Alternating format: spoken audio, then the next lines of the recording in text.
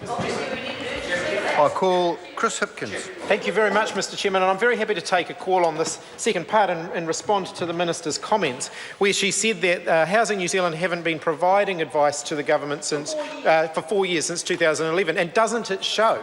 Doesn't it show? And I think that is one of the major issues here, is that the government are divorcing the practical realities of the decisions that they are making from the advice that they are getting on those decisions, and it isn't working. So if I speak about the experience that I've encountered in my own electorate, if you take away that, so previously Housing New Zealand, if you like, had three broad functions: the provision of the housing, advice on the housing, and identifying the people who are going into the housing.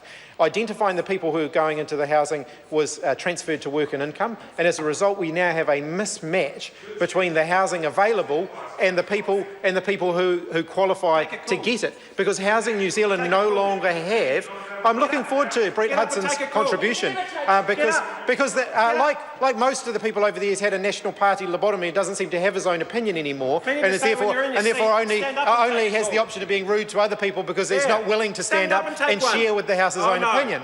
Mr Chairman, as I was saying, they've divorced from Housing New Zealand decisions regarding who gets the houses, so Housing New Zealand no longer has the complete picture of the people who are likely to be in need. Now that has an impact then on their ability to deliver policy advice to government, and one of the issues there is that now the complete picture of who the people are in need is actually quite difficult to ascertain. Housing New Zealand have cut off the lower two tranches of the waiting list, so that we now no longer have any record of the people who are at that lower level. That is a policy issue which Housing New Zealand could be supplying advice to the government on, and they're now no longer able to do so. So here's the real reality of what these changes have actually meant. Because I think we often, we can look at the policy and we can look at all of the theory behind it. Let's deal with the practical realities of what it's meant. What it's meant is on a Friday afternoon, I've got people sitting in my office saying, I am living in a car,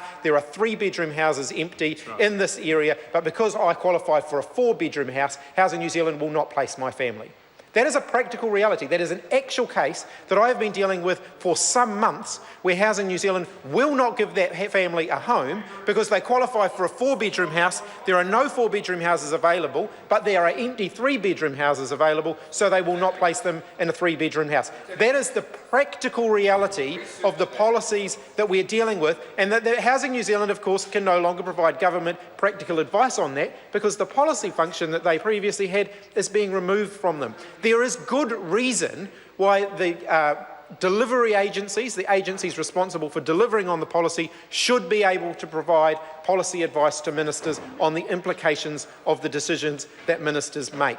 The implications of the decisions ministers have made in social housing policy has actually made it more difficult for people to get into Housing New Zealand homes, more difficult to target assistance to those who most need it. I've got no problem with us looking at the ways we can better support those who are the most vulnerable and most need it. The practical realities are that's not happening. And there are very needy families out there who are living in cars. The family that I mentioned to before, they've got a number of kids, that's why they qualify for the 4-bedroom home. The kids are staying with someone else, they're living in the car. That's just not acceptable. Then, of course, Housing New Zealand will offer them a place that's in another city. They'll say, oh, we found a 4-bedroom place for you, but you're going to have to move 100 kilometres away. They have to uproot their kids from their schools and all of those sorts of things. It's just not right. Now, this family would be willing to accept a 3-bedroom house, but Housing New Zealand won't give it to them. And I think that is wrong. That is a practical reality of the policy that we're passing. It is important when ministers make decisions about these issues that they are connected to the practical realities that those decisions result in. And that is not going to happen with this. So the reforms simply aren't working. If they were designed to ensure that the needs assessment process was more efficient and that the advice coming to ministers was better, that's not happening. The needs assessment is not more efficient. What it's resulting in is further delays for the most needy people who need, who really should be getting placed in housing because they've got to go through, they get shoved from one agency to another and then back again.